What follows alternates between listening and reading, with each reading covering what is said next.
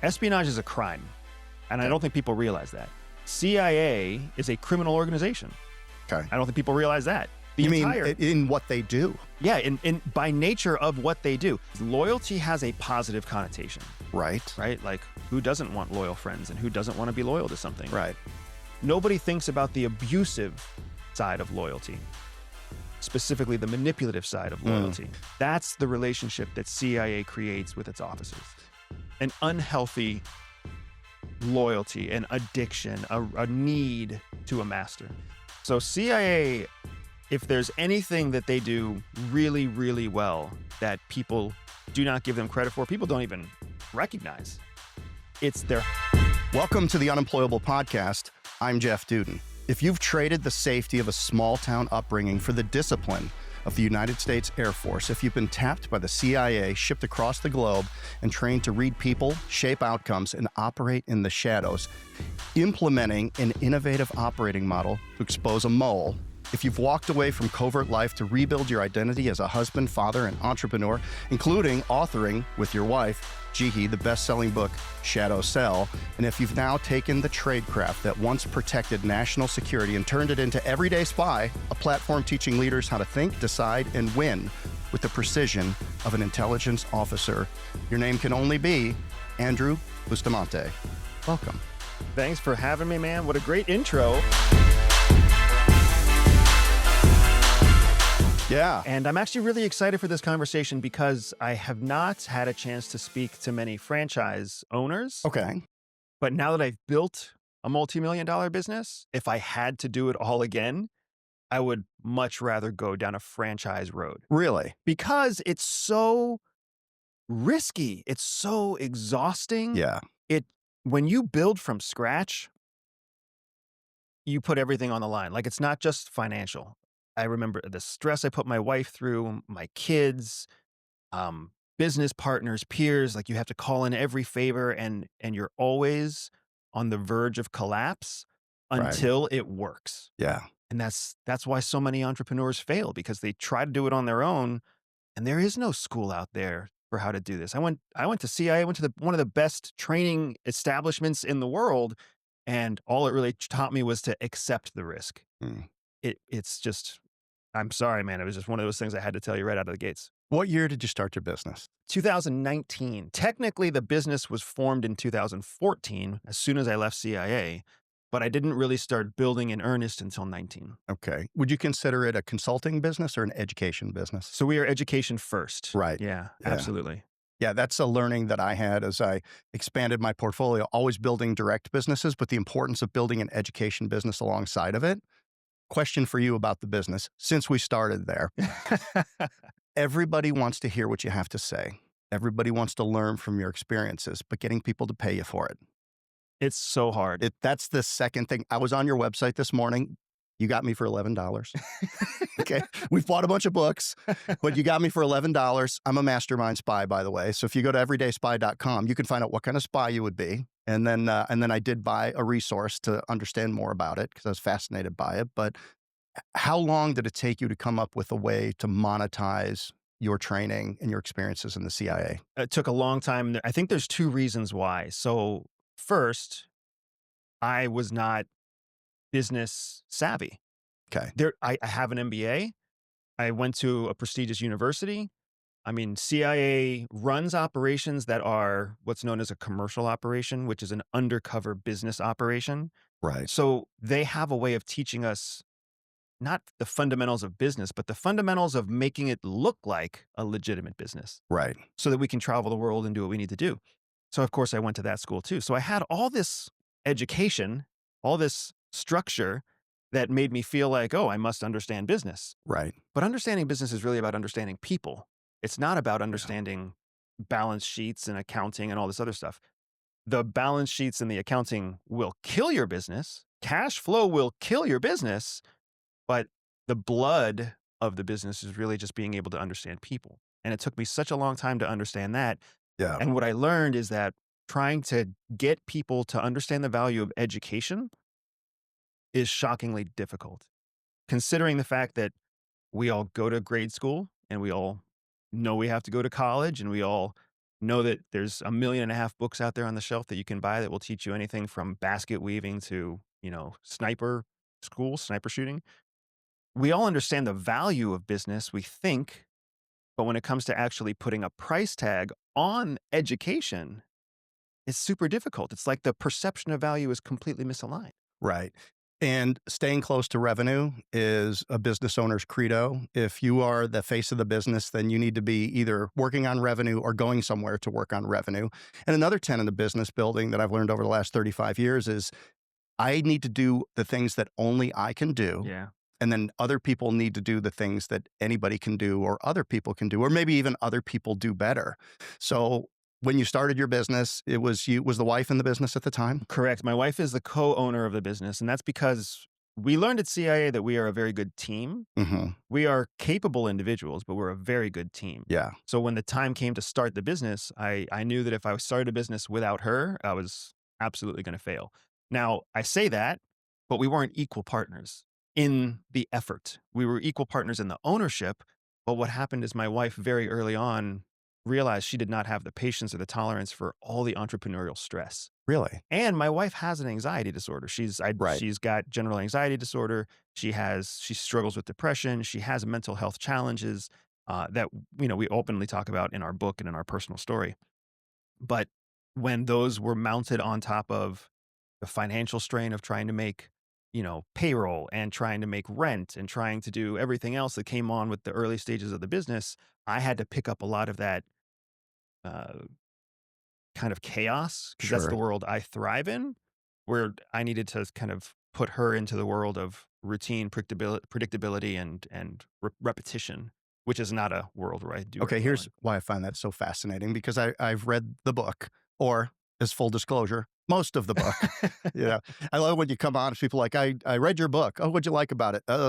Right. But I've read the book. So understand, she was a targeter. Yes. Okay. Which to me was analytical, almost like an engineer, chasing loose threads, using logic to exclude things, looking at facts, creating patterns and stuff like that. So to me, that is what makes a great business builder. It's systemization.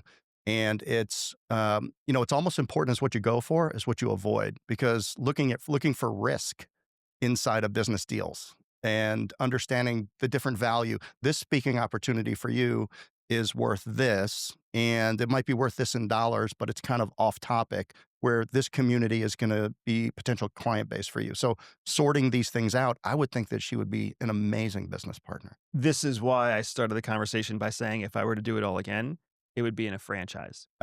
Because when you're a startup, you have none of that. You have no system. You have no process. You have no proven market. You have no idea what your target applicable market size could be. You have no concept of any of it. You just have a passion, an idea, a dream. And that sounds very romantic.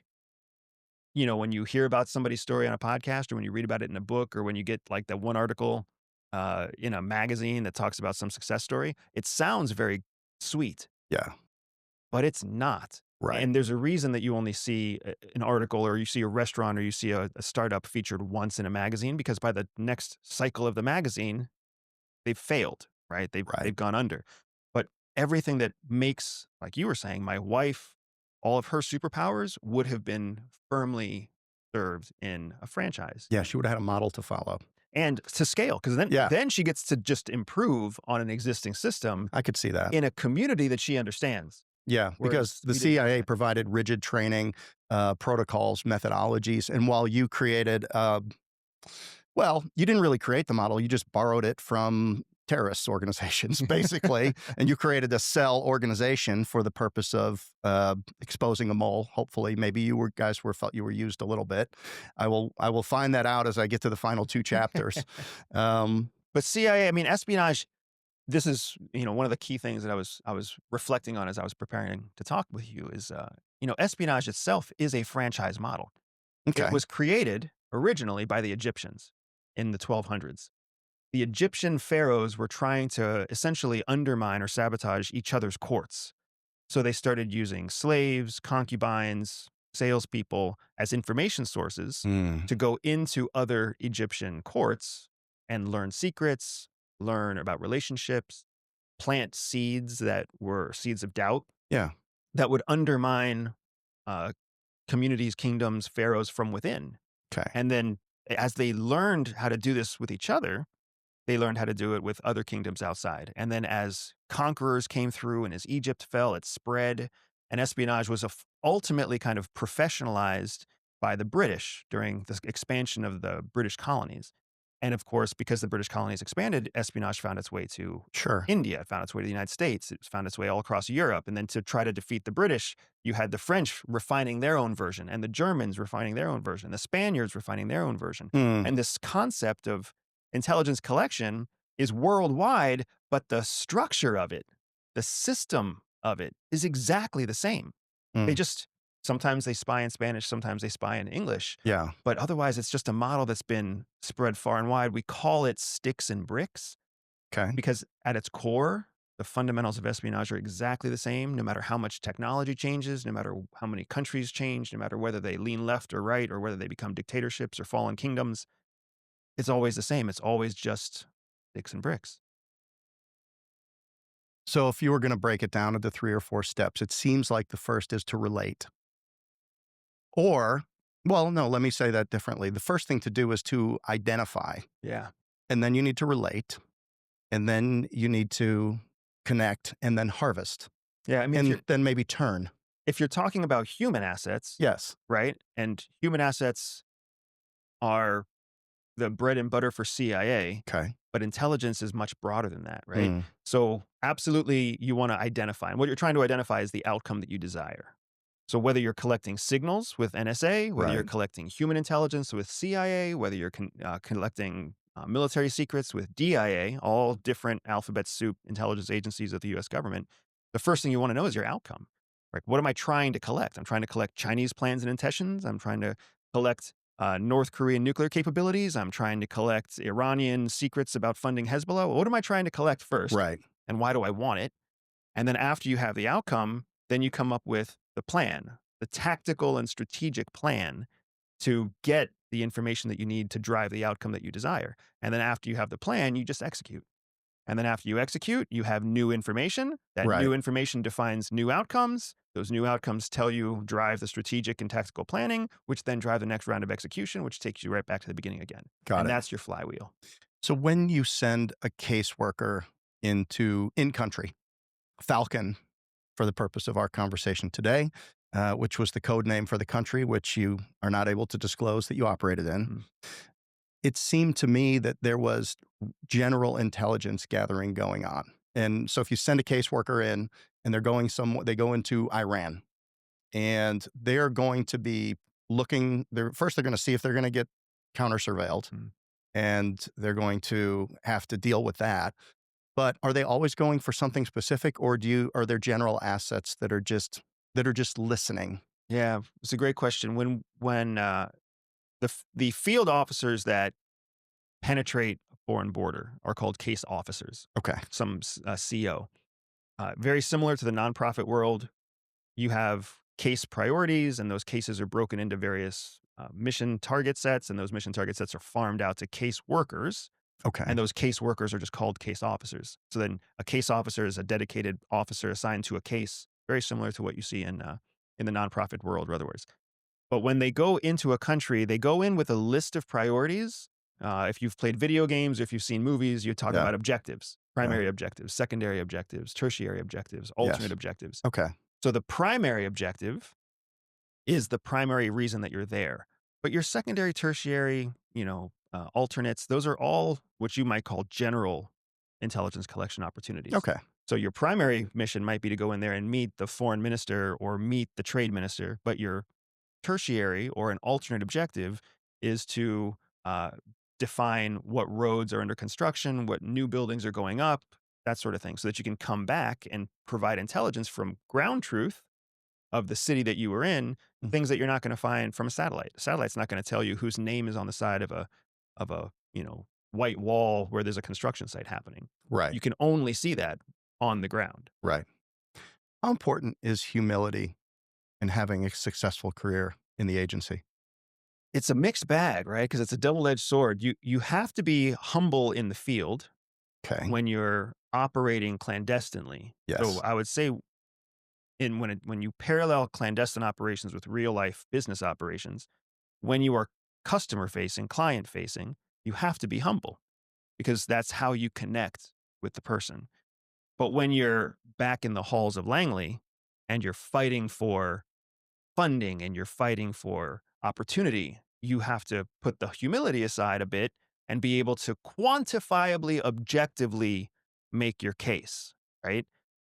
Because if you can't objectively define your successes, no one's going to listen. Right. And I find the same thing is true in business as well. If you can't quantifiably demonstrate your successes to a banker, you're not going to get a loan. Or if you do get a loan, you're not going to be able to negotiate a good interest rate. You have to quantifiably be able to justify your price, especially to clients who have deep pockets or are taking a large order. So you have to be able to put the humility aside and say, Right. look, this is what I do. I'm the best at what I do. Right. If you want me, this is the price. If you want less than what I offer, go to one of my competitors. But you have to be able to stand your ground. Whereas, with a customer, you may not, with a one-to-one customer or a lower level customer, you might not carry that same bravado. Yeah. Is field work literally acting at the highest level with the highest stakes? This is another great question because one of the first things they teach us when we start at the agency is they teach us the difference between method acting and going undercover. Okay.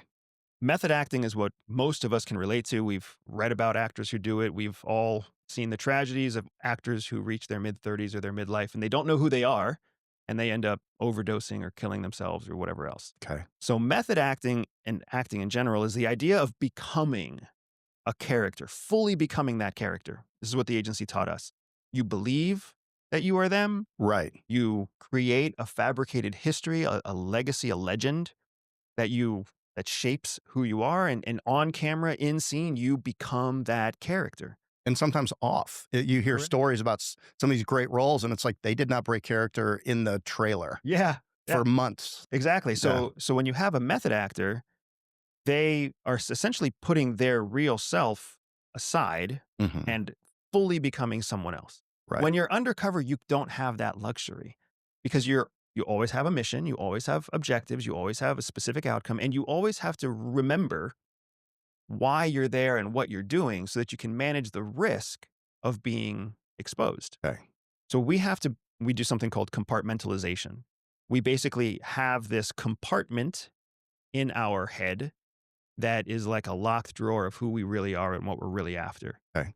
But then outside of that locked drawer, we have to be our cover identity. Right. But we always have to be able to open that locked drawer. So I might pretend I'm single. I might pretend I'm from a wealthy family. I might pretend that, I've sailed the world and I want to live that up and I want to be able to really lean into it so much that if I actually don't like being in cold water in real life, I have to be able to act like I'm comfortable in cold water in my cover legend, right? So you have to embrace it to that level, but you have to still be able to just open that lock and pull out that drawer the moment that your target starts to bring up something of intelligence interest. So it's a difficult thing. And it exposes us to the same risk that method actors have because we can lose ourselves too. Sure. But it also exposes us to the risk of a failed operation because if we get too into character and we forget why we're there, we come back empty-handed. Right. And then, of course, you've got everybody wondering, what the hell have you been doing for the last 2 weeks if you didn't bring back secrets? Right. Holding two opposing conversations in your head at the same time is, I think Jordan Peterson says, is a sign of intelligence. He does it brilliantly, by the way. You can watch him for an hour. He wouldn't need a guest. He just debates himself. Well, on one hand, it's this, and on the other hand, it's that. And then he works both sides of the argument. So is inherent intelligence something that the agency will test for? And is that one of the most important requirements? Or what are some of the characteristics of people that make good agents over a long career? Yes. So CIA, if there's anything that they do really, really well that people do not give them credit for, people don't even recognize, it's their hiring process. Okay. Right? CIA has mastered the process, the system of bringing in recruits, doing due diligence on them through the application and vetting process, so that only a few actually get invited into the training process, which further vets them before they make it into an operational role. I mean, just compare that for a second to what the average company does. They barely vet the applicant. They don't have a training process. They put them in an operational role. You go from nobody to operator in a company in a matter of days, maybe weeks. You go from nobody to operator at CIA in a matter of about 18 months. Wow. It's a long time to get through everything for them to actually put you in a position where you can break something for all intents and purposes, right? And during that application process, they're testing your capacity to learn. They're not teaching you anything new.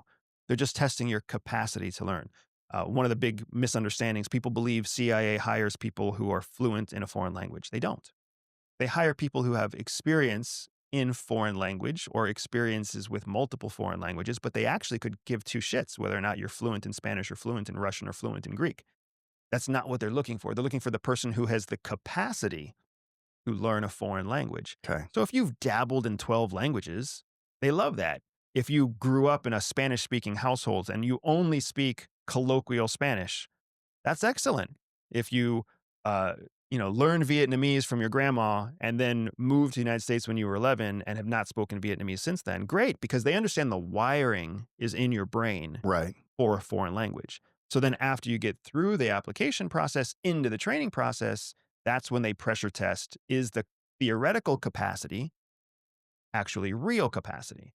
Yeah. And then you run the risk of washing out of training if you don't keep up with the real capacity.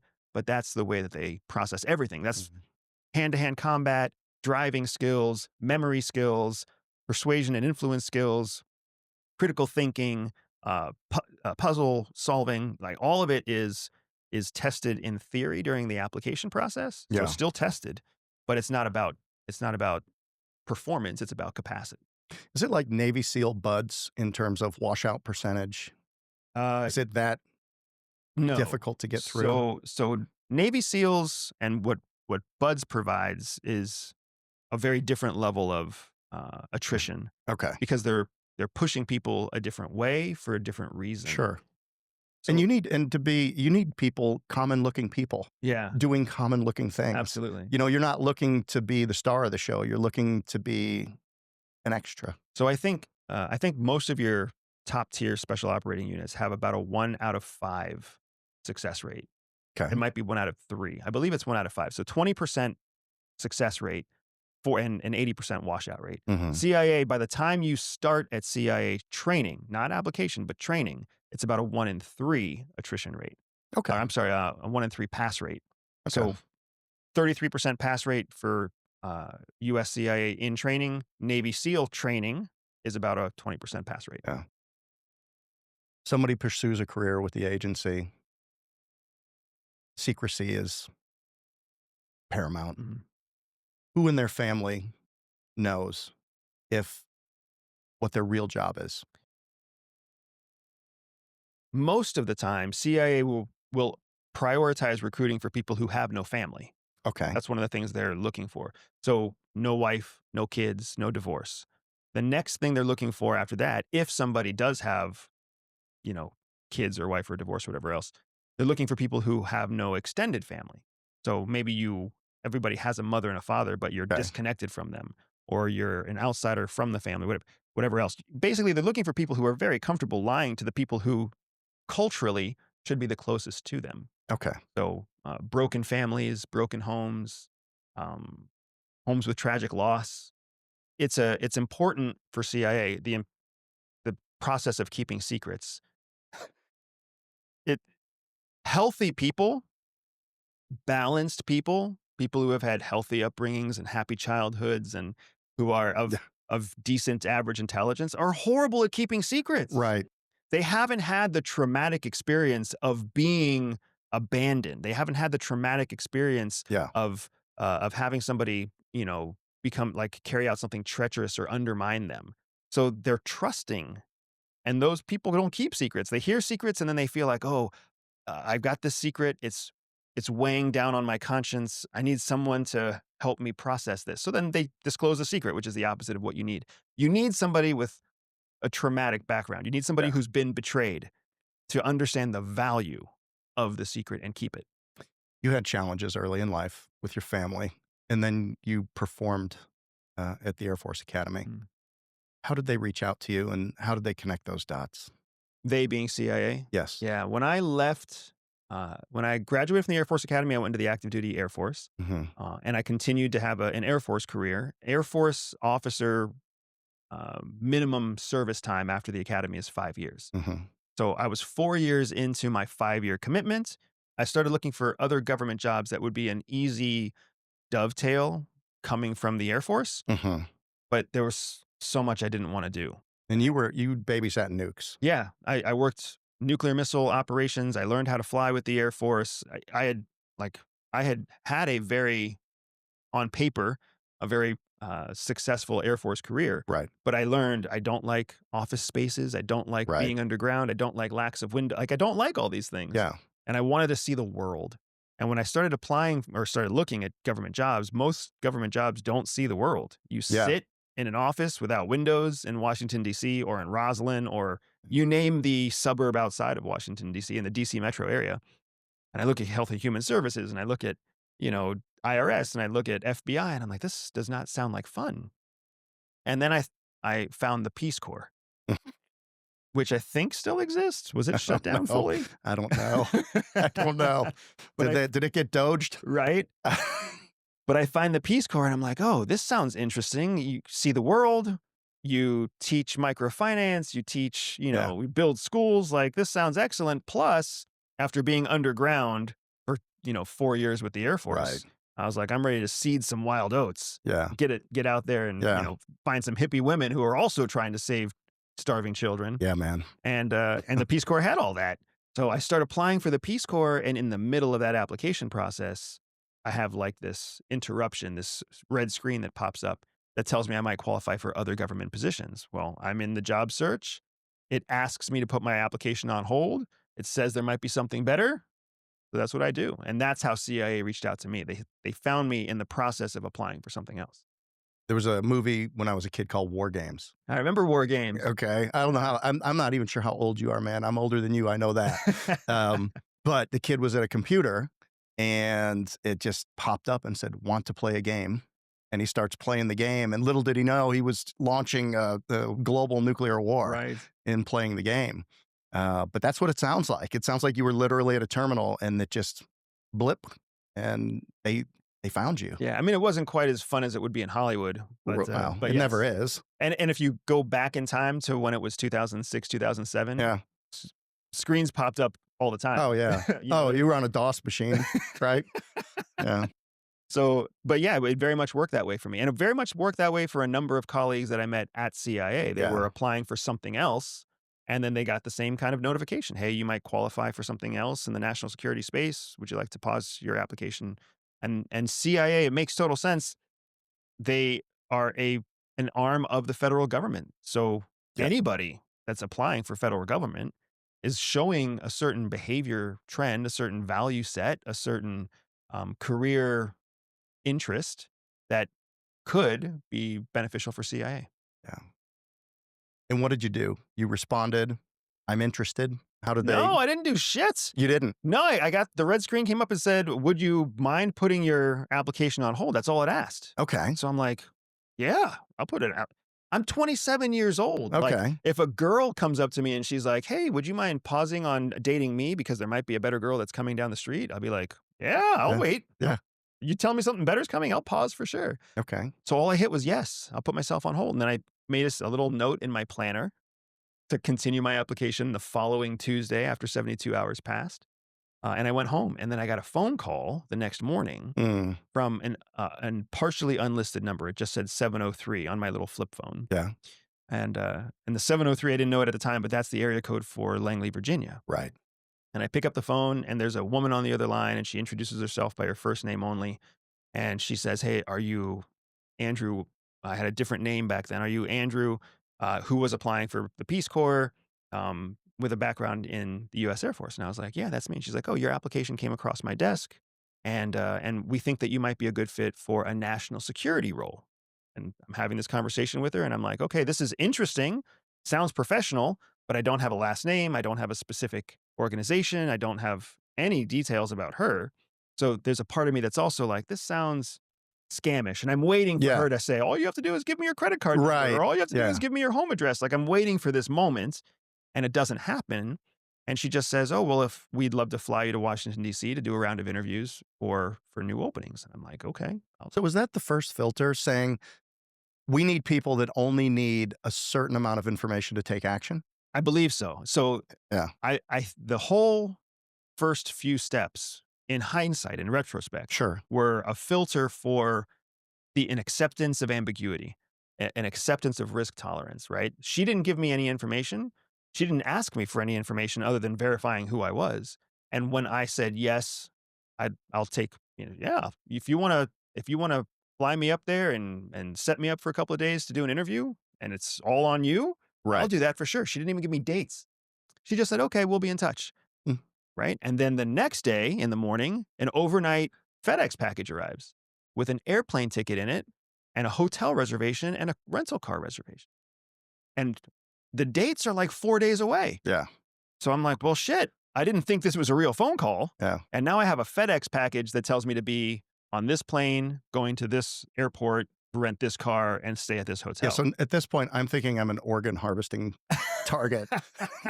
They're like, bathtubs filled with ice, but no, it wasn't. Well, and I'm thinking this, I'm not thinking organ harvesting, but I'm certainly thinking like, this is a very complex scam. Oh, okay. That I can't resist. But you're going anyway. What if it's not? I mean, is it even a real ticket? Yeah. I'm not going to know unless I go to the airport. Yeah. So I put in short notice leave with the Air Force. I get an earful of criticism from my boss, but I'm like, hey, I'm going. Yeah. Like what is this? Yeah. So you're going to a hotel room to wait further instructions. Correct. Okay. I'm in. State, like for me, I'm so in. That's exactly how I felt. I don't know where this is going. I don't know what this is about. It could be really cool. Like, this is how action movies start. It could be really uncool. This is also how murder movies start. Could be an intervention. Could be anything. Anything. But I'm not going to know unless I try. That's right. Awesome. That's fantastic. So you went through the process. You got in. You met your wife during the process. Correct. Yeah. I met my wife right after finishing the application process, actually during the CIA orientation. As boring as it sounds, and you'll never see this in the movies, CIA has about a 2-week orientation, just like any university or any business, where you sign up for your health insurance and you make your list of emergency contacts and you learn about parking and you get your parking pass and you submit your paperwork to get your formal badge. All that boring shit all happens there too. And she started the same day as I did, and that's where we actually crossed paths for the first time. Right. So you got in, you went through training, you didn't get certified. Correct. So you ended up having a role, and then she was a tracker. So were you working together at that point in time? When we first finished training, we were on 2 very different trajectories, because I was in training to be a case officer. Right. And the way that you actually get through that training is through a panel that has to subjectively decide, yes, we want to work with you, or no, we don't want to work with you. Right. And that panel decided no for me. They were like, you're too unpredictable, you're too inconsistent, you're too loud, obvious, you're too recognizable. So we don't want to work with you. So I'm no longer on the case officer track. Right. I end up kind of in this unknown bucket that is like the misfit toys, or the island of misfit toys, right? But my wife finishes top of her class in a completely different skill set, targeting, and she's immediately assigned to one of the highest profile units at CIA, because she's like an up-and-comer superstar in her little field. So now she's got the whole force of the government agency behind her, launching her career, and I've got the weight on my shoulders kind of depressing my career. But we are at the place in our relationship where I'm like, this woman is special. Okay. So whatever I have to do to stay close to her, I'm going to do. So even though I'm, in the basement, in the dregs, getting shat on at the agency, my career is probably never going to grow, never going to recover. Right. It's worth it, because at 5 o'clock every day, I punch out and go home and have this beautiful, brilliant woman who's successful. So that was what kept me at the agency, was her. And then it took about 2 years before her success and my build back, if you will, right, collided, and CIA saw an opportunity to use somebody like me, who was doing armpit missions around the world, and somebody like her who was a high flyer and put us together on an operation, which became the shadow cell operation of my book. It became kind of the heartbeat, the thing that really rekindled my fascination, my passion, my love for espionage. Were you looking for loyalty? When I was looking at assets, I was looking for people who were selfish. But for yourself, to join the agency. One of the things about the CIA is they look for people that don't have anything else to be loyal to, so they'll be loyal to the agency. Is that to the country or is it different? It's different. It's different because loyalty has a positive connotation, Right. right? Like, who doesn't want loyal friends and who doesn't want to be loyal to something? Right. Nobody thinks about the abusive side of loyalty, specifically the manipulative side of loyalty, where you full trick, guilt, shame people into predictable behavior, which is what many of us actually understand. That's what loyalty really is. A dog is loyal to its owner, even when its owner beats it, even when its owner kicks it, even when its owner says terrible things to it. You know, the owner only gives the dog one kind of food. And oftentimes the owner is the one that picks that food, and they pick the food based on cheapness or volume or something other than what's best for the dog. But that dog's loyal as hell. That's the relationship that CIA creates with its officers. An unhealthy loyalty, an addiction, a need to a master. And it's necessary because morality has no place in effective ops. That's exactly right. At the end of the day, you need an asset to work for an organization where that asset will take action that's in the best interest of the country and the outcome without being in their own personal best interest. That's right. And doing whatever it takes. Rules are different around the world. We have a sense of right and wrong here, and it doesn't exist everywhere. It doesn't exist everywhere, or it's different. Yeah. And people are, what's the best way to say it? We're broken everywhere, and we have vices that need to be met, and we have greed.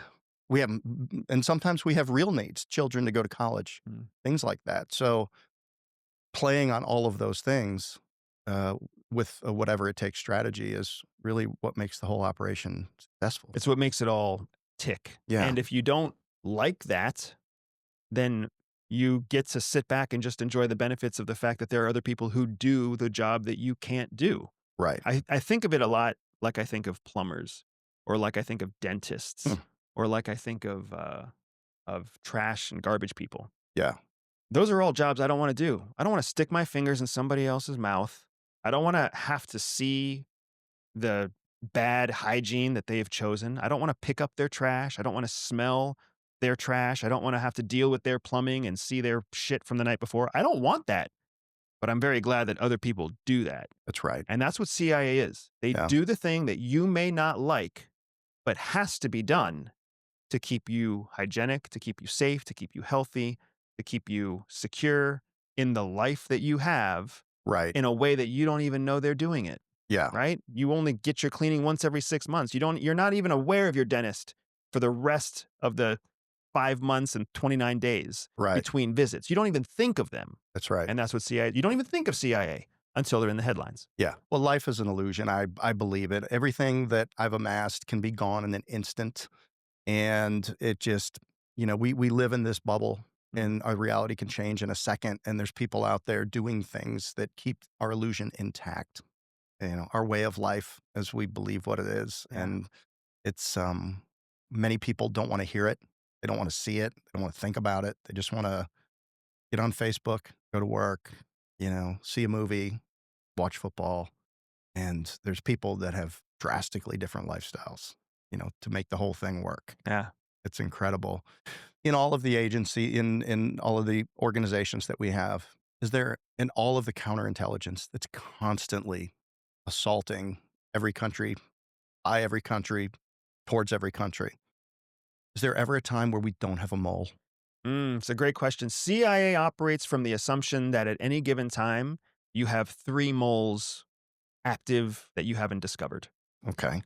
That seems reasonable. That seems reasonable. And if you don't have a mole, we just assume that there are 3. If you do have a mole, you assume that there are 5. Mm. Because Mm. when you discover 1, you know that your theory about 3 was wrong. So you Right. have to increase your theory. And that's a type of counterintelligence that we call defensive counterintelligence. You've mentioned the term counterintelligence twice, so I just want to make sure, like, there's a very specific definition for counterintelligence. Counterintelligence has 2 arms: offensive counterintelligence, defensive counterintelligence. Offensive counterintelligence is when you are trying to collect intelligence about an intelligence organization. That's offensive counterintelligence. You are actively countering their capability by stealing their secrets. Okay. Then you have defensive counterintelligence, which is when you try to prevent a foreign intelligence organization from stealing your intelligence information. Okay. So when we talk about moles, we're talking about both offensive and defensive operations. We are actively trying to find and neutralize the moles among us, but we are also actively trying to create moles and penetrations that will get into intelligence services around the world. Mm. It's almost like theft or embezzlement in a corporate setting where one person can do so much. But if you get 2 people, say the person that opens the mail, the person that deposits the checks, the person that writes the checks, if there's 2 people together, the exposure is so much higher. And I'm interested to, so I just have to I have to interject because it's such a great point. Espionage is a crime, and I Okay. don't think people realize that. CIA is a criminal organization. Okay. I don't think people realize that. You mean in what they do? Yeah, in by nature of what they do. If CIA were in the United States without presidential protection, Yes. they would literally be an organized criminal organization. They would fall Of under course. they would fall under FBI for investigation and arrest. But because they serve national security interests, there's a specific carve-out, what's called an authority, an executive authority, a presidential authority granted to everybody who's a sworn member of CIA that protects them from their criminal activity. And then to meet that presidential authority, the criminal activity must be directed against foreign countries or foreign nationals. So the idea that CIA collects on Americans, the idea that CIA commits crimes and criminal actions inside the United States is patently false. They cannot. If they did, they would fall outside of their presidential authority and they would be under the purview of arrest, which is why CIA moles like Aldrich Ames get arrested, because they step outside of their presidential protection, and then they are due processed for criminal activity. Right. When Americans discover that there's some kind of illegal activity against them, like like Watergate, or like the collection of data that came because of the Snowden exposure, Right. what they don't realize is that what they're being told and what the reality of it is are 2 different things. What Snowden exposed was not a giant cover-up to steal American data. What Snowden exposed was an approved government operation that included multiple organizations that had multiple teams of cleared attorneys and judges who had all collaborated and said, if we do it this way, it's legal. If we do it that way, it's illegal. So we will stay firmly within the legal boundaries. And Snowden just disagreed with it. Yeah. And then when he exposed it, Yeah. it went to a civilian court that doesn't understand the nuances of classification and that doesn't have the need to know to be able to see what really is being exchanged. So now you have an uninformed civilian court making a decision on a privileged classified activity. Of course, they're going to have a different conclusion than the internal judges. And that's what happens over and over again with these whistleblowers who claim that they're helping the American people when all they're really doing is stirring up a pot that is making us less safe. Yes. Is it Scimitar was the mole in the book? Scimitar, yes. Scimitar. That's how that's pronounced. Are you at liberty to share how long he may have been operating as a mole before the CIA found out or suspected that there was one? In generalities, yes. So the estimate that we have at CIA for Scimitar is that he was engaging with foreign intelligence about a year after he left CIA. Okay. So he was still connected to CIA, he still had a peer network in CIA, he still had information of privileged knowledge when you leave CIA, you don't lose your network, you don't lose your Right. assets, you don't lose your friends, you don't lose your email addresses. You still know secrets. So he started cooperating shortly after he left. But then as the years progressed, he became less useful because he didn't have real-time access. So then after about 3 years, he tried to apply to go back to CIA. Okay. Another thing that people don't realize, CIA does not do well with attrition. They put about $2.5 million worth of training into everybody who works at CIA. They put about $2.5 million of training into everybody who becomes a CIA officer. Well, then when those people retire, when they separate, when they get medically retired, when they leave, now they're a huge vulnerability to CIA. Right. So CIA wants to make it really easy for you to come back to the fold. So we all know as CIA officers that backdoor entrance to get back in is way less scrupulous than the front entrance. Propped open. So all we have to do is basically make a phone call and we're back in. Mm. Well, he tried to make that phone call about 3 years in, but he was already on FBI's radar. It's on the watch list. So that door was available to him, but the full access was not. And that's where the case really started to build. Okay. Because now they could see him taking active steps to try to get back in, communicating with his handlers in the foreign country of Falcon, trying again a different way and communicating again. And that unfortunately, or fortunately in the United States, that data is needed to build a case of evidence that will hold up in a court of law where he's being tried by his peers. How were you and Gigi approached to help with this problem? It was actually really funny. I was doing my operations, she was doing her operations, which I can't emphasize enough how different those operations were. Basically, I was getting all the jobs that nobody would say yes to. She was getting all the jobs that were brand new that, only special people get invited to. Yeah. And then we both get called into an office where the name and the number on the door is so special that every CIA officer knows. It's like being called to, I don't know, it's like being called to the Hollywood sign in Hollywood, California. Okay. Right? You're like, oh, everybody knows what the Hollywood sign is. It's like everybody knows door, 1, 2, 3, 4, 5.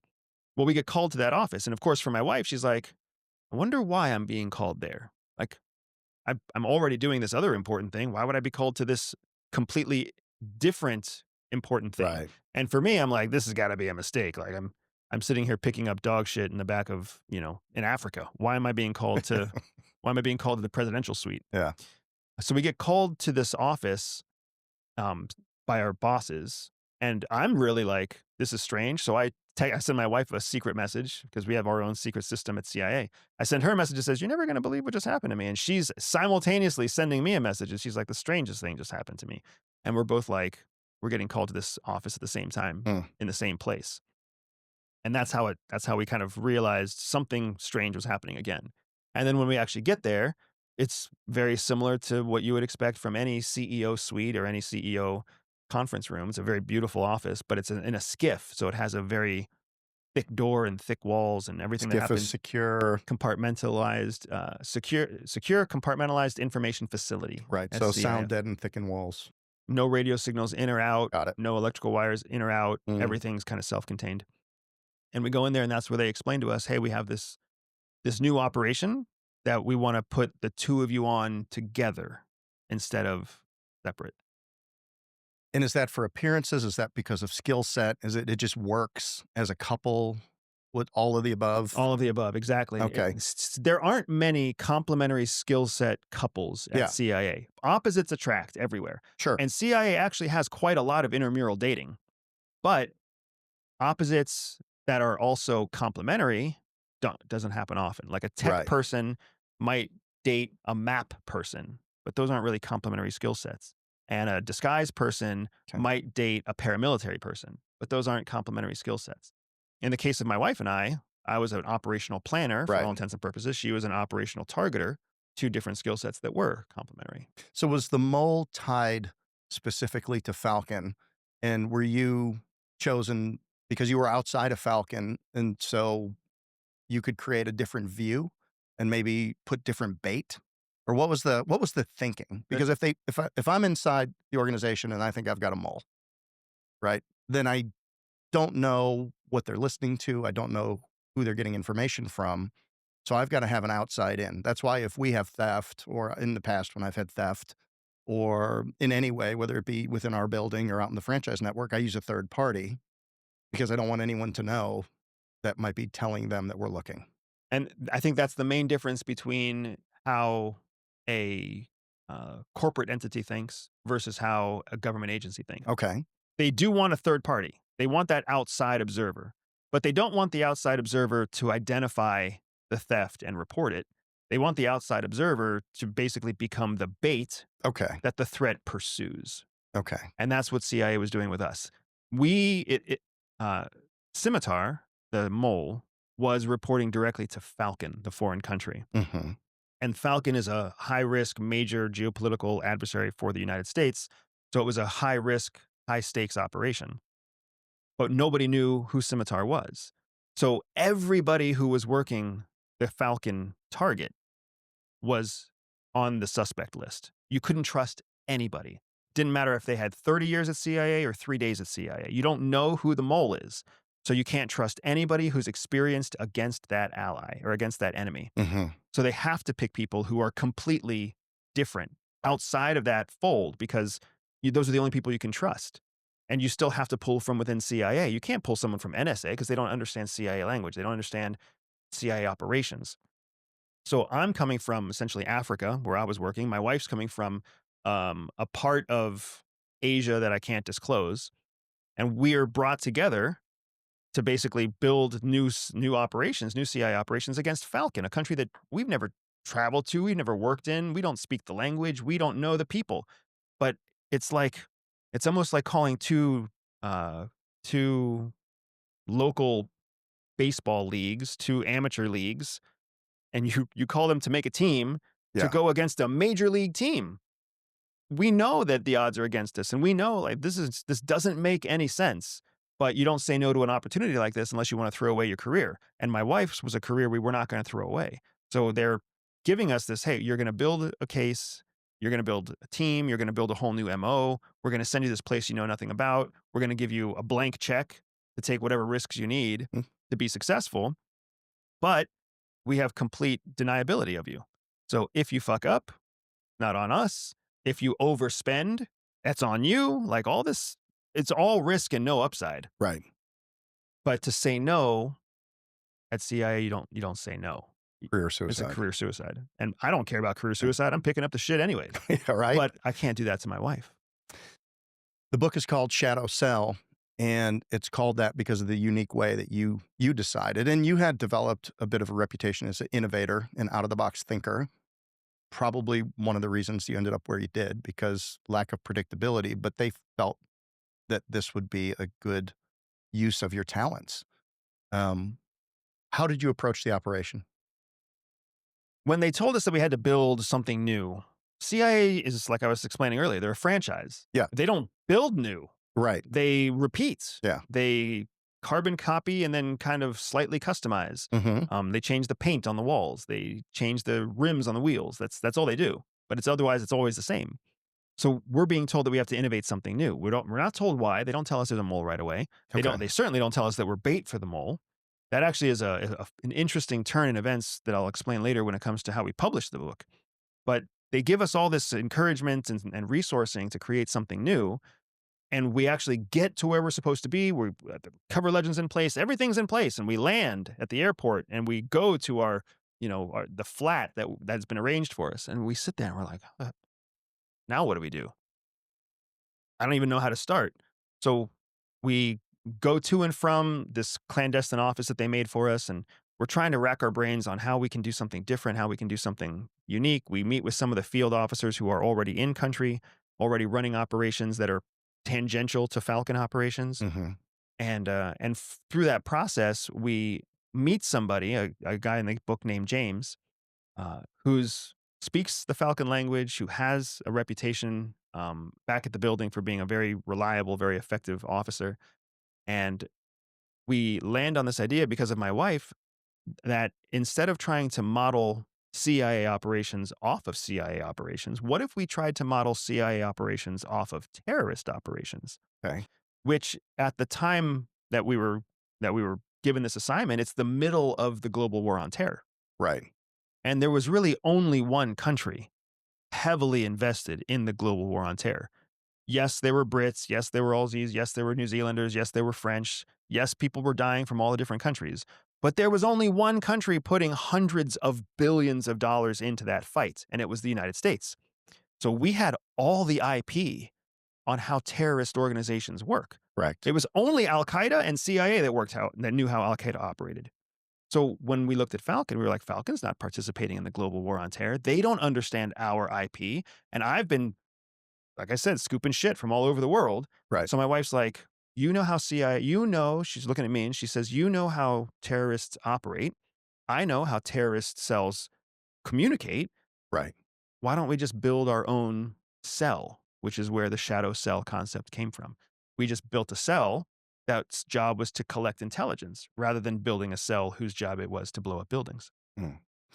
Some of the characteristics of terrorist cells are the way that they communicate, decentralized authority. They can be quiet and to themselves. There's literally thousands of them across the globe, and it may be 4 or 5 or 6 people, and they may get communication infrequently. Yep. So it's very difficult to track. I know the only way they found bin Laden was ultimately through a courier. Mm-hmm. And it was just one mistake. And when they were there, they realized that he was robustly running the organization with very little contact from the outside world other than this one courier. Exactly right. And that was a model that was completely foreign to operations at CIA. Sure. Where everything needed 12 people to sign off and everything needed to be communicated and everything needed to be approved. And you needed this broad spectrum of middle managers justifying their job. Sure. Before operations didn't get to the director. So it was the exact opposite, right? Whereas terrorists have independent financing, meaning they have wealth that's washed multiple steps before a pile of money is delivered to somebody, and that person doesn't have to report receipts back. Okay. They don't have to report expenses back. They're just given a pile of money and they do what they want to with that money. So we were like, well, what if we just wash our money? And what if we independently finance our operations? And what if we create operations that actually create revenue, and then we keep the revenue for ourselves and use it to fund more operations? We start modeling as much as we can. Sure. Off of these. You're starting a business. Yeah. You're basically starting a business. Exactly right. And Yeah. you're just creating a business that is a business of secrets. Instead of trading commodities, you're trading secrets. Instead of buying and selling in credit cards, you're buying and selling in currencies that can't be tracked. Yeah. How did you build a team, and then how did you commence operations? Building the team was the first big challenge because we were doing something outside of the norm. Mm-hmm. And CIA is a very corporate entity. If you want to promote, you have to meet certain criteria, right? You have to hit your sales targets. Mm-hmm. You have to get enough face time with the boss. You have to have an end of year report that says all the right shit. Like, that's how it works. Sure. And nobody wants to be a GS11 forever. They all want to climb the ladder and make more money, and that's the only way to do it. Right. So here we are working off the record, essentially, in a side kind of operation. So everybody we talk to, we're like, hey, we've got this thing that we're doing, but you're not going to get any credit. We've got this exciting opportunity, but you can't tell your boss. And it's approved, and we can show you the letter where it's approved. Right. But all of your work is going to be taking you away from your career Path. successes. Yeah. And bringing you into the mission to save, to help and serve the United States. Maybe people are going to be surprised. Maybe people aren't going to be surprised. The vast majority of CIA officers that we talked to had no interest in the mission of protecting American citizens. They were at that point very focused on their career. Sure. When you sign up for CIA, you're like, I'm here to protect America. But once you go through your in-processing and your training and all the other shit, you become disillusioned very quickly, and you realize, oh, if I ever want to make a living wage, if I ever want to make $92,000 a year to live in Washington, D.C., which is not very much money in Washington, D.C., if I ever want that, I have to make sure I hit my minimum quota. I have to make sure I punch in and punch out. I have to make sure I'm on the boss's good list. It's just like anybody else in corporate America. The idea of the mission kind of takes a second seat or a back burner. So my wife and I were stuck finding those few people who were hyper mission focused. Okay. Those people who were in it for the exciting opportunity, for the fun time. And we found them. We refined our pitch, and we found people who were susceptible to the pitch, and we found some people who were very good at it and some people who we uninvited from the team. But ultimately, we ended up with about 5 really, really strong, mission-oriented, hyper-patriotic, willing to risk their whole career on this exciting, innovative opportunity that had no guarantees. And that was our team. And then operationalizing, you moved to a friendly country. And Wolf, Correct. you moved to a friendly country, and then from there, you would move to you would fly to a neutral country, and then you would fly into the target country, Falcon. Exactly right. And what was your primary mission when you would go in country? Now you know that it was to be bait for a mole, but what did you believe your primary mission was Absolutely. at the time? Yeah. The guidance that we got, the direction we got from CIA was that we were supposed to build a new network stable. We call them stables of people, just like you have stables of animals, information sources who provide regular information. So our job was to create a new information stable against Falcon. The reason that we operationalized the way we did is we wanted to borrow best practices from terrorist organizations. And terrorist organizations don't fly from the hostile country into the United States. Mm-hmm. They fly through a neutral country where they do a document swap, and then they fly to the target country. So a Pakistani terrorist will fly to Saudi Arabia, a friendly U.S. country that's Right. neutral to Pakistan, Mm-hmm. document swap into a fake document, a fake passport, European passport, whatever else, and then fly to the United States. Okay. So the record in the United States shows that this actual covert terrorist came from Saudi Arabia on a European passport. Boom. Good. Welcome to the United States. High five, fist bump, stamp Right. on your custom passport. If it had said Pakistan, it would have been a different story. Right. So we modeled off of that when we operationalized. And then also similar to terrorist operations, when a financier, when a money mover travels, they travel alone and they travel from different neutral countries. When somebody who's a bomb maker travels, they travel different than the financier through a different neutral country under different documentation. When an actual person who's designed to blow themselves up, when a jihadi or a whatever, somebody who's going to sacrifice themselves travels, they travel yet differently still. So we set the same thing up. So for me, as the support operational planner, I traveled more like a money mover. Okay. My wife didn't travel. She was kind of the primary person who ran everything from the main building in Wolf. And then we had all of our operators who traveled kind of like jihadis from different neutral countries. So we would all come and go through different routes at different times. But the one thing we had in common was Falcon. So it's almost like building a bookshelf one step at a time where everybody has a different step, but the bookshelf stays in the garage. So we all go to the garage at a different time. I go in and I put on the first shelf and I put one nail in the side and I leave. Yeah. And somebody else comes a different day and they put one nail in the other side of the shelf and then they leave. And then another person comes and they build the next shelf all by themselves. And then I come back a few weeks later and I paint the back or glue the shelves. And then the next person comes and they put the first book on and the last person comes and they actually take it out of the garage. So that was our methodology for building these operations. What happened in the arcade?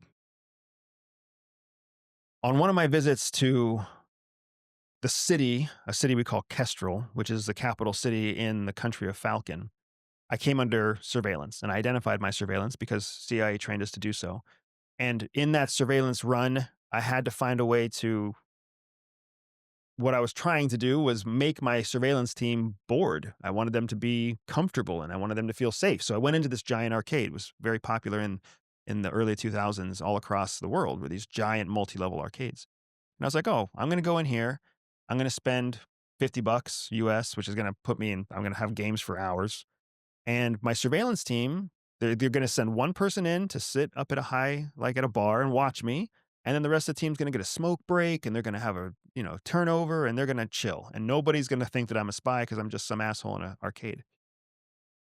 Well, what I didn't realize is that when I went into the arcade, I actually spooked the surveillance team. And they did something that's called a starburst pattern. A starburst pattern is when a surveillance team doesn't know where their target went, Right. So everybody goes on the hunt in like a big explosion, and they all go in different directions to try to find their person. Right. So if I'm reading this, they probably, they're not sauntering. They probably increase their pace. They're scanning a little bit more with their eyes. Risk. They're taking more risk. They're looking around instead of looking indifferent. Right. And at the time, I don't know this. right. So I think I'm brilliant. I think I'm God's gift to espionage. And I'm sitting there playing like a dinosaur game, Right. where I'm going through the jungle shooting dinosaurs.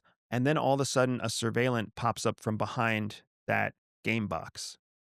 And he's not who I would expected to see. I recognized him in my periphery as a surveillant, but I wasn't in the zone. I was playing a game on a computer instead of playing the game of espionage. Okay. So when this person appeared in my periphery that I recognized, my instinct, like everybody else's instinct, is to look at them. Yeah. Which is something you are trained to never do to a surveillance. You never look in the eyes of the person following you. You don't do it. Every time you see it in the movies, that's how you know the movies are not informed by a professional, because you never make eye contact with the threat. But I wasn't focused in that moment, so I did exactly that. I looked and I caught his eyes. And he was also not in the game of espionage. He was in the game of find the fucking target. Yeah. So when he turned the corner and I saw him and he saw me, both in our peripheries, our instincts took over, and then boom, we locked eyes. And it couldn't have been, in reality, it couldn't have been more than maybe a second and a half, maybe a second. Just long enough to be like, oh, I shouldn't be looking at you. And then we broke contact. But in the moment, Yeah. it felt forever. So you felt at that point that you were made. Absolutely. I knew I was made. He knew I was made. Right. But he also knew he was made. Okay. So now we all know that this is a target. What did you do? Right away, I felt in danger. I was like, Right. this is the game over moment. They could scoop you up and disappear you. I am in a foreign country under a fake identity where I lied to the border patrol. I lied to the guards. I lied to on the airline ticket. Like, this is fraud and espionage this is fraud on multiple levels. Right. And if they find out why I'm here, it's espionage on top of that. And that's the death penalty in every country. And the CIA already told you that they're not going to come get you. Right. So I'm sitting here to try to find time to think. I stayed in the arcade. In that moment, did you second guess your decision to Everything. do what you're doing? Everything. You're like, I just gave my life for this. I had my future with my wife disappearing, like dissolving in my own head. The children that I didn't have, but I always wanted, dissolving in my own head. The fucking people at CIA who had always criticized me and told me that they would never want to work with me, they all shine bright in my head. Yeah. And I'm You're a trying, fuck up. and I'm trying to think about what do I do next, but I'm stuck in this cloud of self-criticism. And that was a big part of why I was like, well, I don't even know what to do, so I'm not going to physically leave this location. So I just go sit somewhere else and do something else and put quarters in something else and whatever. I didn't even care. I was just like, I need to find a way to think. And as hard as it was, CIA knows that these moments happen, so they teach us how to gain back Calm control. down. Well, did your heart rate go to 200? Oh, I mean, it was out of this world, right? Like, well, tunnel vision and everything. You're an incredibly engaging, emotive person. You're friendly. That's in that moment. If you lost focus, your thing would be to engage. Right. Your default is to engage, and it was the worst thing that you could do. And now you had to talk yourself down. Alone. No, I can't make a phone call. I couldn't really do anything. And did you decide to leave the country? That was the moment after I regained a semblance of control, I was able to make what we call a risk matrix of where I was the most vulnerable, when I was the most vulnerable, and what actions I could take to reduce the risks that are the most pressing. CIA doesn't really believe in the risk management process. CIA believes in something called a risk tolerance process. So you find the areas where you can increase your risk, and in so doing, you're basically shifting the sands of risk. Whereas the risk management process believes that you can somehow take risk away. Yeah. CIA doesn't believe that. When you reduce risk in one place, you just increase it somewhere else. So what I needed to do was reduce imminent risk to increase long-term risk. So how do I make it so I don't get captured right now, Mm-hmm. even if it means I might increase the opportunity for getting captured later. Again, movies get this wrong. When CIA officers are identified in a movie, when secret agents are identified in a movie, what do? They run. Right. They shoot, they run, they start taking weapons apart, and they start blowing cars up. And like that's the opposite of what we're trained to do, because that's the kind of thing that increases the imminency of immediate capture. Now you don't just have a 5-person surveillance Sure. team. You have every police officer in the area coming after you because you just blew up a car. What about something as subtle as just changing your pattern? Having a secondary hotel. My thing would be, don't be where they're looking for me if they want to scoop me. But at the end of the day, you're not going to get out of the country. Again, the way that I think your default thinking is the way that the movies tell you to think. Okay. I've been made.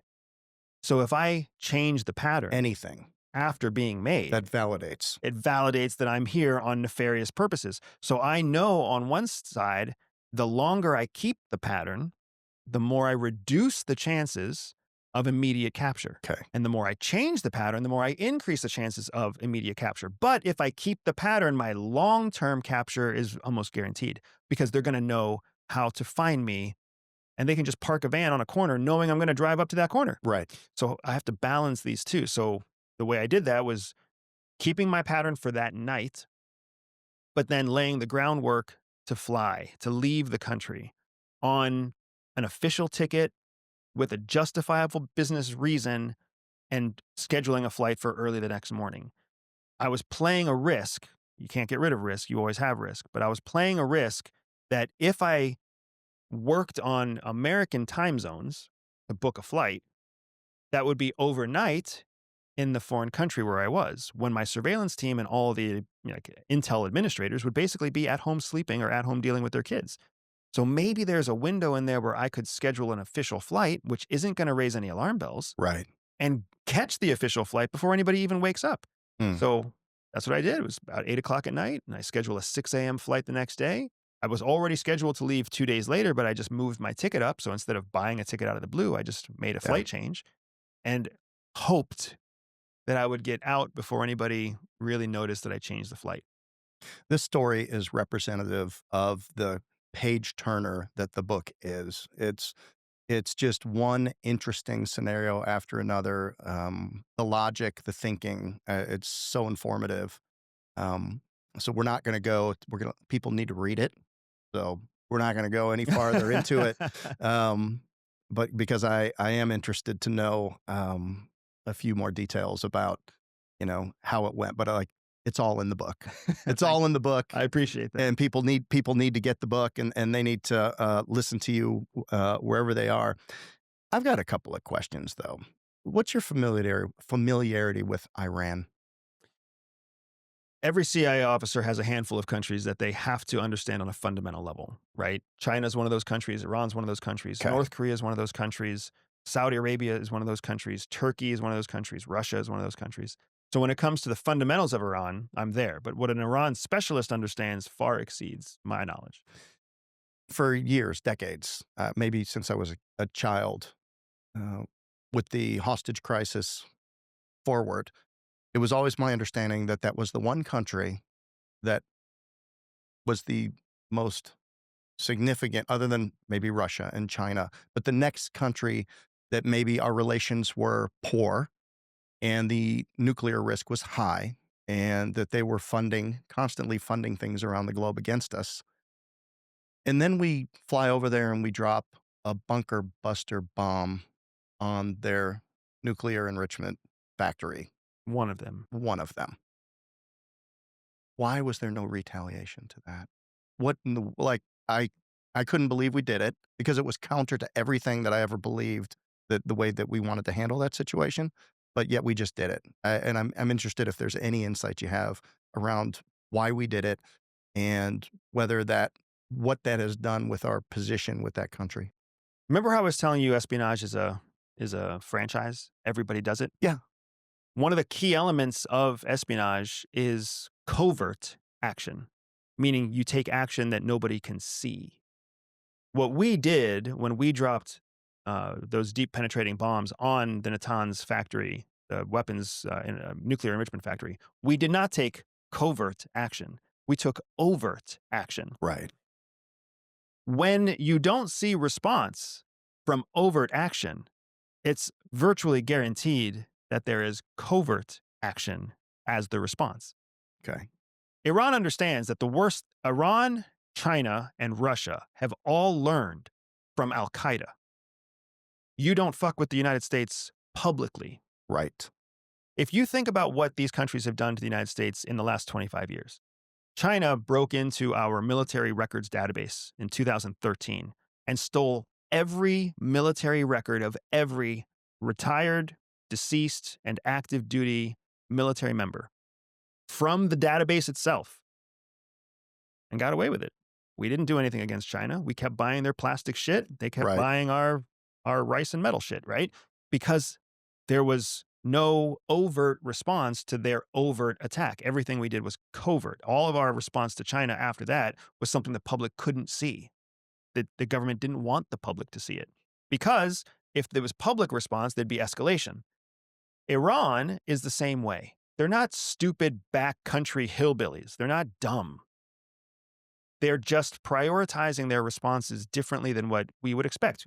Americans oftentimes forget we are the wealthiest, most capable military in the world with the most modern technology and weapon systems at our disposal. Right. If you were the big kid on the playground and you went up and you punched some little kid in the face, do you really think that little kid's going to come back and try to punch you in the face? No, that little kid's going to bond with other little kids and they're going to be like, hey, how do we pee in the guy's milk at lunch? That's what they're going to figure out. So that's what Iran does. Okay. You also have to put in context what happened in the months leading up to the bombing of the Natanz facility. Israel had escalated conflict with Iran. Right. They had already flown in cruise missiles and fighter jets. They had neutralized and destroyed almost all of Iran's counter-defensive tech capabilities. They had blown up their surface-to-air missiles. They had knocked down their radar systems. Iran was blind. So the reason the United States, the reason Trump was comfortable flying in some of our most expensive assets to drop a couple of bombs on a country that was completely sovereign and technically at peace with the United States was because he knew that there was no system to respond. The reason Israel took the risk to destroy all that was to get the United States involved in this conflict. So there's many, many movements on the chessboard that you have to take into account before you think about just the bunker buster. And then in response to the bunker buster, my point here is whatever Iran is doing, they didn't have to do it right away. That's right. They don't have to do it overtly. So what is the covert response that they're planning, that they have already put in motion, that maybe has even happened and we just haven't been publicly exposed to it? Maybe they launched some kind of digital Trojan horse against DOD that's causing absolute havoc with Space Force right now. But it's all covert, so the American public doesn't know it's there. Well, we are already fighting a proxy war in Israel through Hamas and all those other places that are funded by Iran. So it was just it was an escalation to a already public skirmish that we were fighting through others. And think about how long it took before the American public even recognized that the conflict between Hamas and Israel was a proxy war with Iran. Yeah. That 2.5-year fight went a full 18 months before any average lay American was like, oh, we're actually fighting Iran. Right. There's some people probably listening to this now that are like what?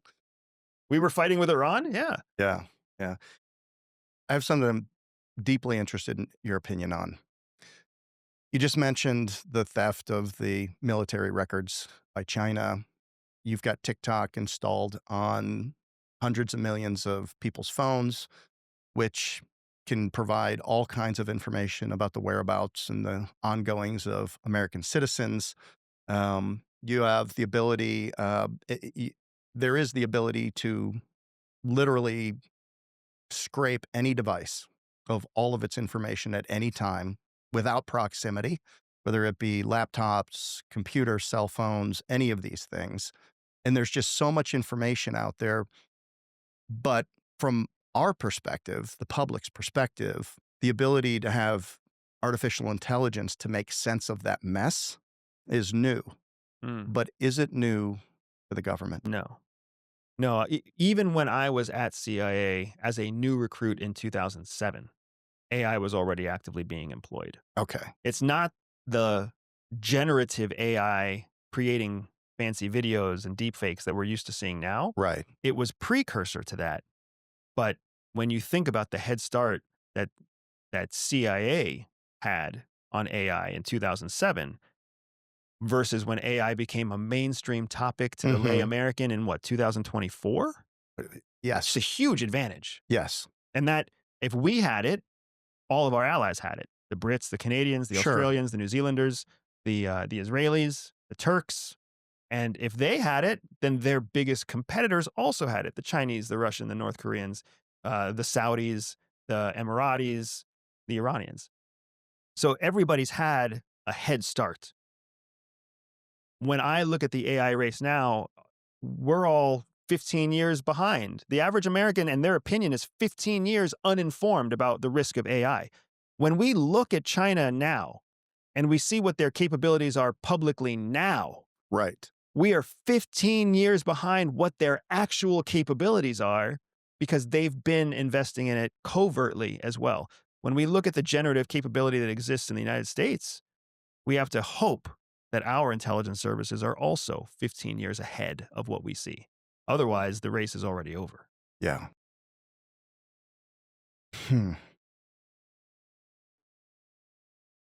As an American, is there anything that I have that is secure? No.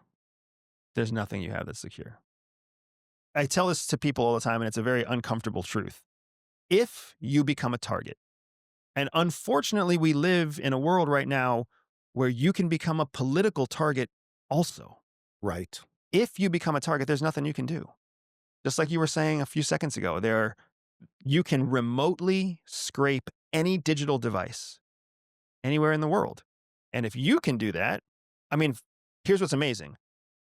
It costs about $30,000 to remotely scrape anyone's technology. I can make a phone call right now, transfer 30 grand, and scrape your entire phone without you knowing about it. Scrape your personal laptop, scrape your Netflix account, scrape your smart TV, your smart refrigerator, anything. Is that a public or private resource? That's a private resource. Available to anybody? Anybody that has 5 figures that they want to spend on it. And the phone number. And and a phone number or a contact that has close access to your phone. I don't know if you know this, my phone and your phone, simply by being within proximity, share data. They share data if you have certain apps installed. One of those apps is Meta. Okay. So if you have Facebook or Instagram on your phone, the proximity of those two phones can actually share data about the other phone.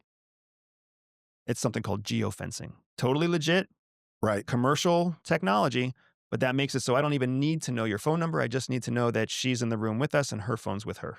Got it. EverydaySpy. So as an executive, as a curious executive who's built a lot of businesses, I've had the opportunity to get training on communication. Couldn't tell it from this interview. Boy, you should have heard the word salad I'd had 10 years ago. Words need to be served neat, no ice cubes. I like it. It's just like my bourbon. Yeah, just nice and neat. But the training that you're bringing with EverydaySpy and how quickly can people integrate what you're teaching into their conversations with their family, with their children, business? What is the get for people or working with you, consuming your content, however you do it? I'll answer your question first and then answer why second. Yeah. The skills that we teach can be applied within minutes after you learn them. They can amplify relationships, amplify wealth, amplify personal health, because these are the same 3 pillars that CIA wants to amplify in every officer. And CIA doesn't deal with the science. They focus on the practicality. We don't get to learn why shit works. They just tell us, do it. We do it and it works. And that's all it takes for us to keep doing it. Okay. So whether it's something as simple as drinking 500 milliliters of water as soon as you wake up, anybody who drinks 500 milliliters of water tomorrow morning will literally transform their entire day 15 minutes after they drink that water. Something as simple as that, all the way up to the specific words and cadence of your voice to create a temporary hypnosis to get a person to trust you more than they should trust you so that they divulge secrets. CIA teaches us the step-by-step of multiple tactics. The reason I teach these and CIA and Everyday Spy can get these into the hands of the everyday person within minutes, within hours, within days, depending on how fast the person applies them, is because when I went to CIA, I was expecting to be a movie star. I was expecting to drive fast cars, meet fast women, and look really good in a custom tailored suit. Yeah. None of that happened.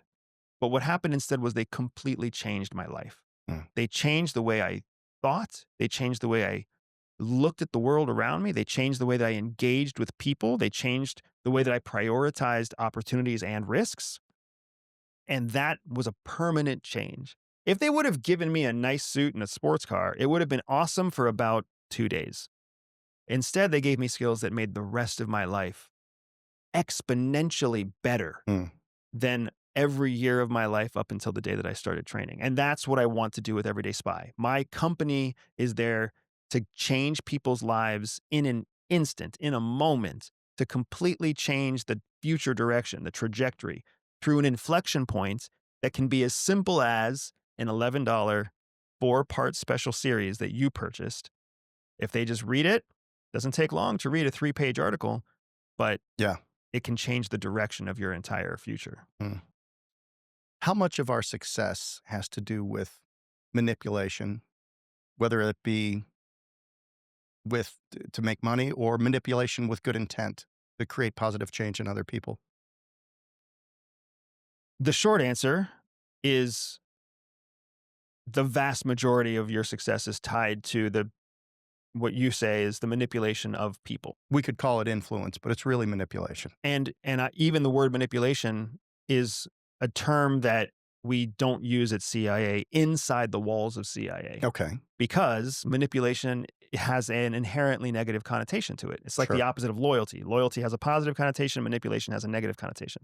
When in fact, what we're talking about when we use the word manipulation or when we use a word like motivation, what we're talking about is getting people to take a certain action that we want. When you manipulate somebody, you get them to take an action that you want that doesn't benefit them.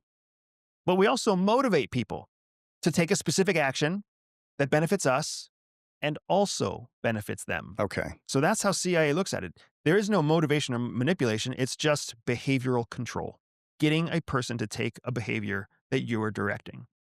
When you're looking to turn a target, is it motivation through something that they want and need?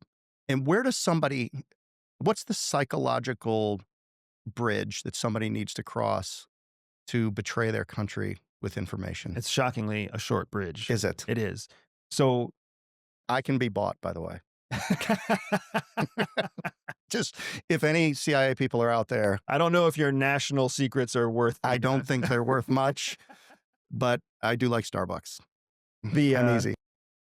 You had 2 questions there, right? So the first question was, I just lost the first question actually. Yeah, me too. It's been a minute. It's been a minute. No, but it was what is the it psychological take? bridge was a second question. What is the bridge to get somebody to basically say, I'm willing to make this trade of what I had. It's going to be to the detriment of my country, but it's going to be for the benefit of me. How do I justify it? The reason that it's easy to convert a patriot into a traitor is because when it comes down to getting anybody to take an action, there's one dominant instinct. Yes. And that dominant instinct is survival instinct. Human beings are still animals. We might be spiritual animals, but we are still biological animals. And every animal has 2 competing instincts, a survival instinct and a tribal instinct.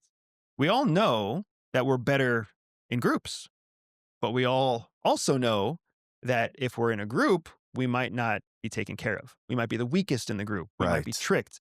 The berries that I gather all day might get shared with somebody I don't like. So we have these 2 competing and conflicting instincts at all times, which is why sometimes you see people act in their own best interest. Sometimes you see people act in the best interest of the group. CIA understands that. It's a psychological thing in all people, all ages, all educational levels, all languages, all religious sets, right? Competing instincts.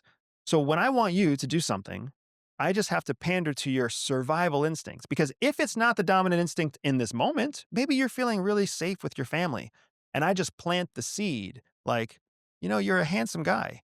Well, now 2 weeks from now, when your wife is mad at you and you and I are having a bourbon together, you remember that I think you're a handsome guy. And now maybe you're thinking, I wonder if we could go to a strip club. I wonder if we could go take off these wedding rings and go on a date somewhere and see if we can, pick some ladies up.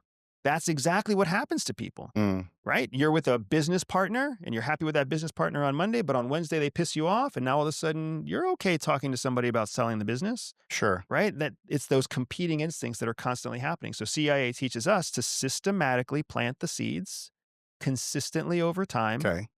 Because we know that your life is going to change in some unpredictable way. Yeah. And when that unpredictable change is not something that you like, the seeds that we planted will grow. And there's recency. So you have to be consistent. Yep. And they're just like, you know what? I'll probably see Andrew next week. Or Alex. Alex, what was your name? Alex Rodriguez. I'll see Alex Rodriguez in Falcon next week, and he'll have something for me. Yeah. And that's the system. That's also the system for good business. Yeah. Plant seeds consistently over time. And that client who isn't interested in you today is going to eventually have friction with their primary provider. And then when they come to you and they're like, can you rescue me? Can you save me? Boom. You have a new premium client for life because you said you spent the time planting the seeds. Yeah. Well, Andrew, this has been great. Thank you so much for coming in. Can you tell people the best way to get in touch with you or to get familiar with your content? You can find me on my homepage all the time, everydayspy.com. You can find me on social media, every channel at EverydaySpy. And you can always click on the link in the description of this interview, and you'll be taken to our spy quiz, the same quiz that you used to find out that you were a mastermind. I took it this morning. What does that mean? Does that mean I'm eligible or ineligible or hire as a agent? It's funny. Most people are fully eligible to be hired. It just depends on the need of the mission that they fill. You as a mastermind, it means that you are very operationally oriented. You are, by all means, a successful business owner. So it makes sense. You think quickly, you are decisive, you take risks, but it also means that I know that you might struggle with self-discipline because follow through isn't always the best. I actually hear giggles coming from your producer over here. Fair. Fair feedback. Fair feedback. Well, obviously, and it's a free test. It took me about 5 minutes to take this morning and gave me some great feedback. So yeah, so I appreciate it. All right, everybody go there. Curveball for you. Okay. Well, I shouldn't say that. Well, I will say it. Okay, gun to your head, which you have to start a business in the next 30 days. And it can't be anything that you're currently doing. This is about market opportunity. If you had to start a business and you were forced to do it in the next 30 days, what would you do? Where's the market opportunity? I would create some kind of business that has to do with ongoing repair because things always break down and they have to be repaired again. And people don't like having to find a new repairman. They like going back to the same repairman. So if I could find my way into something that I know is going to degrade and I know I can repair and I can do a good job once every 6 months, like a dentist, only I don't want to touch teeth. Right. That's where I would go. So fixing driveways, repairing automobiles, repairing some element of the house. Yeah. Something that had to do with children's shoes, maybe. Right. Anything that has to do with that needs continual repair so that I can build a loyal client base and then just clone and duplicate the business in the next village over and then do the same thing again. Yep. Recurring business. Recurring business. Awesome. Fastball right down the middle. If you had one sentence to make an impact in somebody's life, what would that be? If you don't try, the competition wins. That's my one sentence. If you don't try, the competition wins. Awesome. Thank you so much for being on. My pleasure. Yeah. I'm Jeff Dudan. We're here with Andrew Bustamante. We've been on the Unemployable podcast. Thanks for listening. Thanks for having me, man. Yeah, this was great. awesome. Yeah.